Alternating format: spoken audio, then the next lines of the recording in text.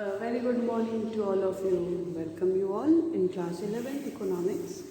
So as you know that we have already completed our syllabus, but after last few classes we have continuously revised the chapters, as well as in that case we have discussed about the different kind of questions related to the statistics as well as the your microeconomics, right? So in today's class also we are going to discuss about the concept or the topic which is related to the partition value. Okay, so when we talk about the partition value, so partition value, till the last classes we have discussed about only the median, that median divided all the series into two equal part. But beside the median there are also some other positional which tell the positional average, that is quartile, percentile and the decile. Okay, so quartile basically it divided the series in the four equal part. Okay, so there will be the three decile in the series. So it will divided in the four equal part, and the it is the three quartile. Decile simply means it divided the any series in the 10 equal parts. So it will be the 9 decile, right? But when we talk about the percentile, so percentile it divided the any kind of series into the 100 equal parts. Okay, so it will divided into 100 equal part, and there will be the 99% time. So in today's class we are going to discuss about the quartile, decile and the percentile. So let's get started. Next आता है that is in case of डेकाइल. डेकाइल के case में क्या होगा? डेकाइल के case में basically यही हो जाएगा कि जो अगर हम लोग को कैलकुलेट करना है D1, तो क्या हो जाएगा n+1 upon 10th item of the series, item of series. फिर अगर D3 कैलकुलेट करना है तो बाहर 3, then n+1 upon 10th item of the series. Next अगर हो जाता है D8 कैलकुलेट करना है तो बाहर 8, n+1 upon 10th item of the series. वही सेम फॉर्मूला है जो हम लोग इंडिविजुअल सीरीज में भी ले रहे थे. ठीक है, अब आता है लास्ट, दैट इज परसेंटाइल.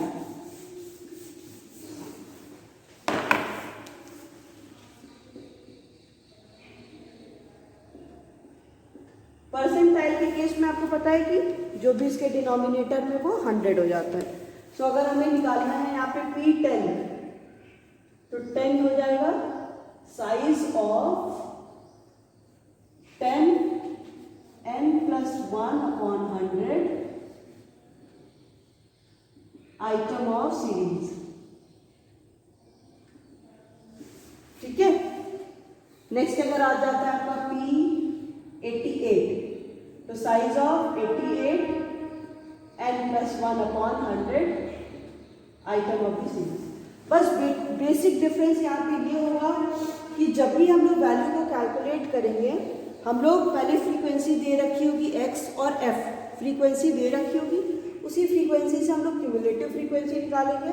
फिर जब हम लोग n+1/100 करेंगे, n तो आपकी वैल्यू आ जाएगी टोटल फ्रीक्वेंसी का सम, फिर 1, तो इसकी जो भी वैल्यू कैलकुलेट करने पे आएगी वो हम लोग हमेशा CF में देखेंगे, दैट मीन्स क्यूमुलेटिव फ्रीक्वेंसी में देखेंगे. क्यूमुलेटिव फ्रीक्वेंसी में जहाँ पे वो वैरी करेगी उसके सामने वाला ही क्या हो जाएगा, वो आपका Q1, Q3, P1, P77, P88, वही सारी वैल्यू हो जाएगी. ठीक है, तो इसका एक एग्जाम्पल लेते हैं, फिर से डिस्कस करते हैं.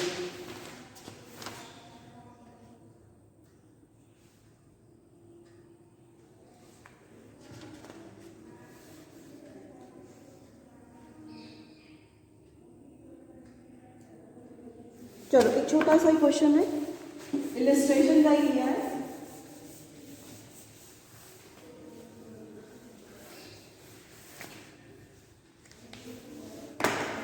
देखिए, the frequency distribution of the number of person and their respective income are given below. तो यहाँ पे आपको क्वेश्चन है, कैलकुलेट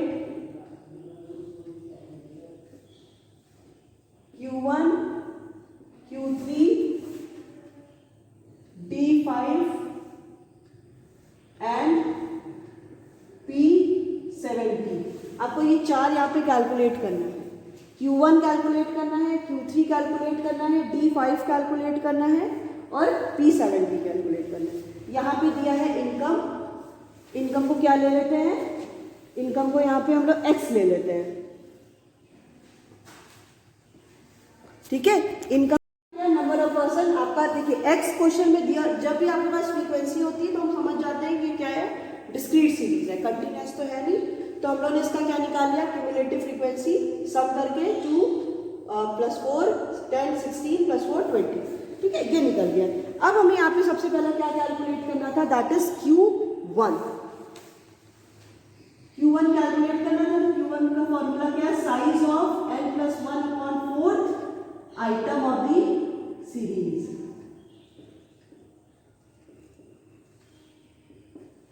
ठीक है। n+1/4 item of the series का n+4 आइटम हम लोग यहाँ पे क्या करेंगे, कैलकुलेट करेंगे, ठीक है। तो n यहाँ पे क्या हो गया, n आप लोग देखिए यहाँ पे क्या है, n इज 20 + 1, n ये है ना, टोटल कर दिया, +4 कैलकुलेट करिए, 21/4 ये हो जाएगा 4।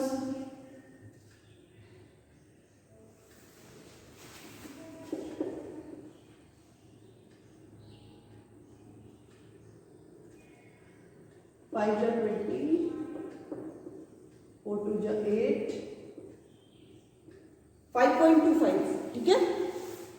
ये आपको अब आ रहा है 5.25 आइटम ऑफ द सीरीज लेना है, आइटम ऑफ सीरीज।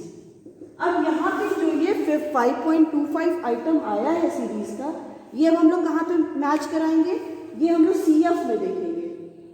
5.25 कहीं पे नहीं आ रहा है तो हमेशा हम लोग इससे ज़्यादा वाली वैल्यू लेते हैं, तो 5.25 से ज़्यादा वाली वैल्यू होगी 6, ठीक है। अब 6 के सामने जो भी वैल्यू आएगी x में, 6 के सामने जो भी वैल्यू है दैट इज 20, तो 20 यहाँ पे क्या हो जाएगा आपका Q1 हो जाएगा। सो 5.25 value 5.25 item of the series lies in the CF 6 में लाई कर रहा है, तो उसके सामने वाला जो भी x में होगा वही आपका क्या हो जाएगा, Q1 हो जाएगा, ठीक है। नेक्स्ट ऐसे करते हैं, Q3 वैल्यू कैलकुलेट करते हैं।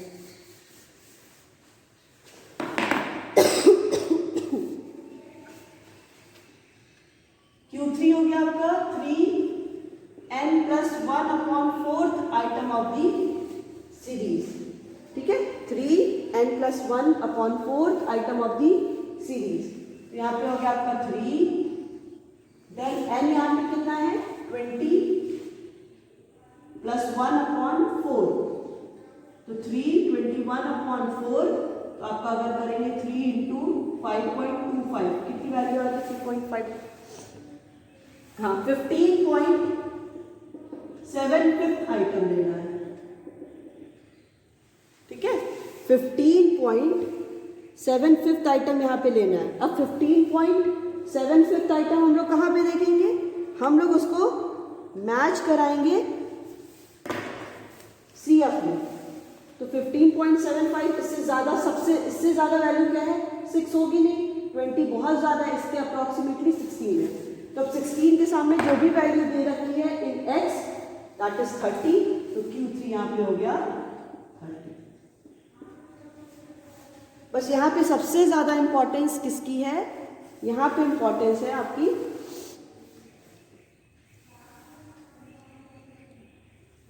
यहाँ पे सबसे ज़्यादा इंपॉर्टेंस हो गई आपकी CF की, ठीक है।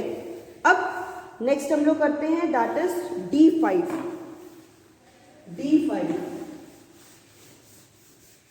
एक एग्जाम्पल करा देना है, आप लोग आगे उसका करते रहेंगे। D5,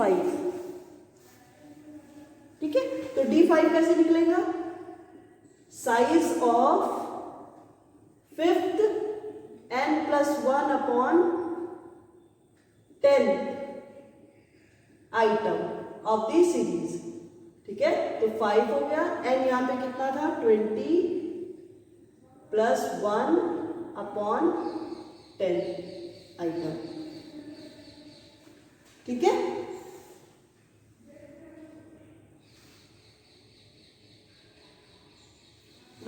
इसको क्या करना है, हम लोग को कैलकुलेट कर लेना है। 21/10 है तो 5 × 2.1 हो जाएगा। 10.5 आइटम, हाँ ठीक है, 10.5 आइटम हम लोग को लेना है। अब 10.5 आइटम हम लोग कहाँ पे देखेंगे, 10.5 आइटम लाई कहाँ पे कर रहा है, 16 पे, ठीक है। अब इससे ज़्यादा ही देखेंगे 6 और 16 पे ही ये लाई करेगा, क्योंकि इससे ज़्यादा ही वैल्यू हमें देखनी है ना, जो भी वैल्यू है इससे हमें ज़्यादा देखनी है। तो 6 तो इससे कम हो जाएगा 16, तो आपका D5 will be the 30।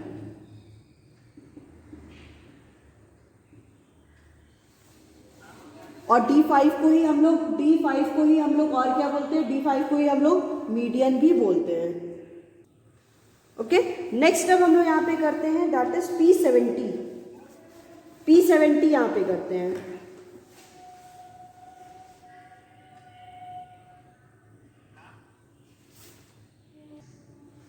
So next है आपका P70 कैलकुलेट करना है।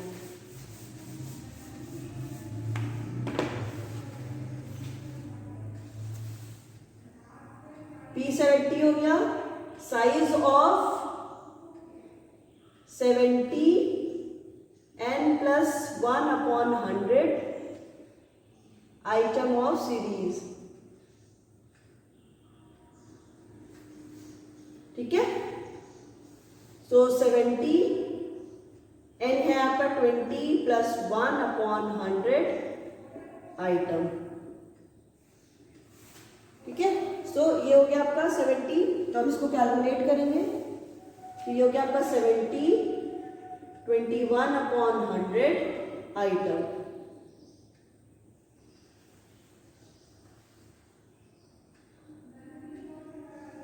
ठीक है। तो इसको अगर कैलकुलेट करेंगे तो ये आपका आएगा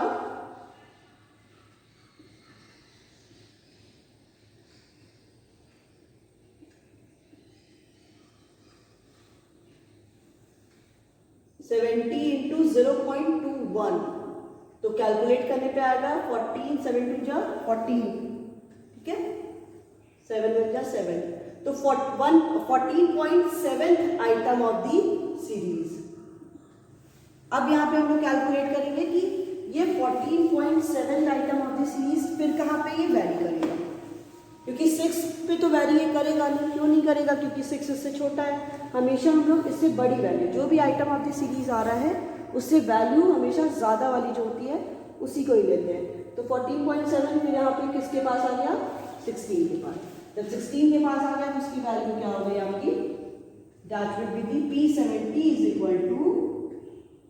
30। तो देखिए ऑलमोस्ट जो भी हम लोगों ने कैलकुलेट किया Q3, D5, P70 सबका ही आंसर क्या आ गया आपका 30 ही आया।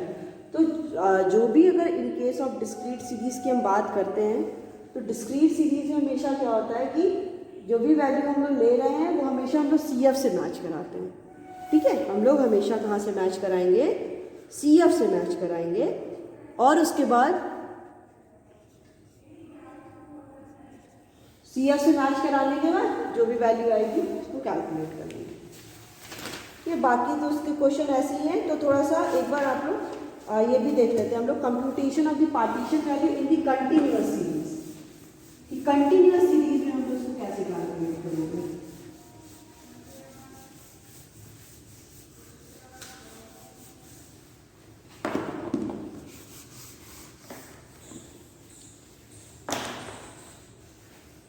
अब जब हम लोग कंटिन्यूअस सीरीज की बात करेंगे ना, तब यहाँ पे थोड़ा सा फॉर्मूला में चेंज होगा। अभी तक तो formula is quite simple, but formula में थोड़ा सा चेंज होगा। So computation of partition value in continuous series, ठीक है। Computation of the partition value in the continuous series. So इसमें कह रहा है कि in continuous series there are frequency. ये आपको पता है कि कंटिन्यूअस सीरीज में क्या हो जाती हैं, फ्रीक्वेंसीज आ जाती हैं given against the value of the variable x. कोई भी वेरिएबल अगर गिवन है तो उस वेरिएबल के सामने क्या आ जाती हैं, एक फ्रीक्वेंसी आ जाती है where x is given in the form of the class interval. जहाँ पे आपको पता है एक्स जो है वेरिएबल है वो किस में दिया रहता है, क्लास इंटरवल में। For example 10 to 20, 20 to 30, 30 to 40, 40 to 50, it means ये क्लास इंटरवल है। एंड 10, 20, 30, 40 ये जो लेफ्ट हैंड साइड होती है वो सारी क्या होते हैं, लोअर लिमिट होती है, और जो राइट हैंड साइड होती है वो सारी क्या होती हैं, अपर लिमिट होती है। ये बहुत बार बता दिया गया, मैं फिर भी बता रही हूँ, या कंफ्यूज मत हो। फिर कह रहा है कि to calculate the partition value data should be arrange in the ascending order only. कि अगर हमें पार्टीशन वैल्यू को कैलकुलेट करना है, या चाहे हम लोग जिस भी मेथड से करें, डिस्क्रीट से करें, इंडिविजुअल से करें, या कंटिन्यूअस सीरीज में करें, तो हमेशा डेटा को किस में करना है, हमें हमेशा डेटा को हमें only in the ascending order. ये याद रखिएगा, ये नहीं कि डिसेंडिंग ऑर्डर में भी आप लोग कर सकते हो। इसका मतलब क्या हो गया, हम लोग को किस में करना पड़ेगा, हमेशा ही असेंडिंग ऑर्डर में अरेंज करना पड़ेगा। ठीक है, फिर कह रहा है कि इसमें next cumulative frequency is calculated. फिर हम लोग क्या करेंगे, क्यूमुलेटिव फ्रीक्वेंसी को कैलकुलेट करेंगे।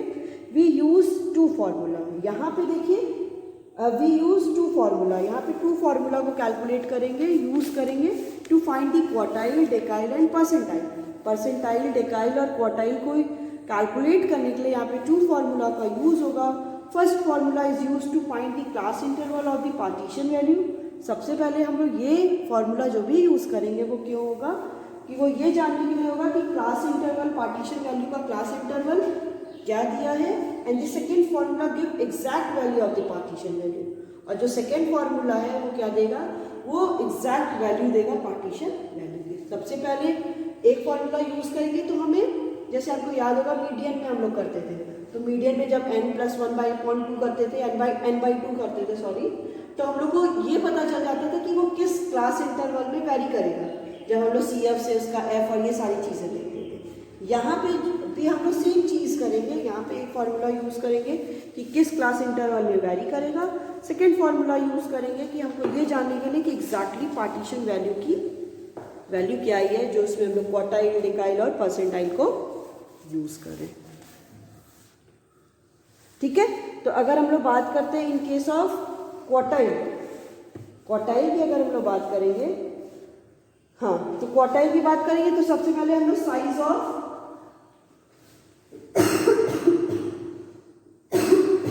क्वार्टाइल की बात करेंगे।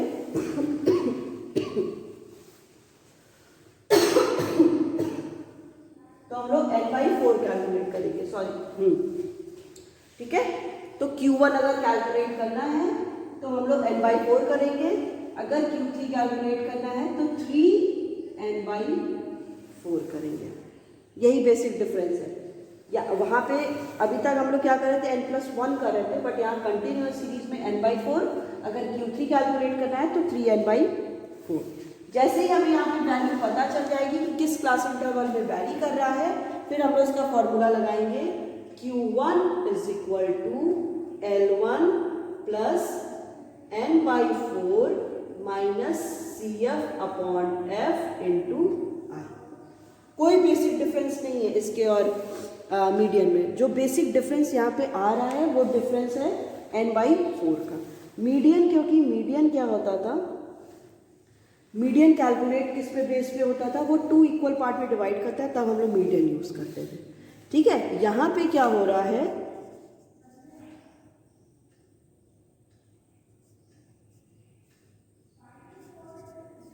यहाँ पे क्या हो रहा है कि हम लोग n/4 इसलिए कर रहे हैं only because of the value. यहाँ पे कैलकुलेशन किस बेस पे हो रहा है, क्योंकि हम लोग क्वार्टाइल पढ़े हैं, वो किस में डिवाइड करता है, n/4 में करता है। In the case of the decile, in the case of decile का कैसे फॉर्मूला होगा, इन केस ऑफ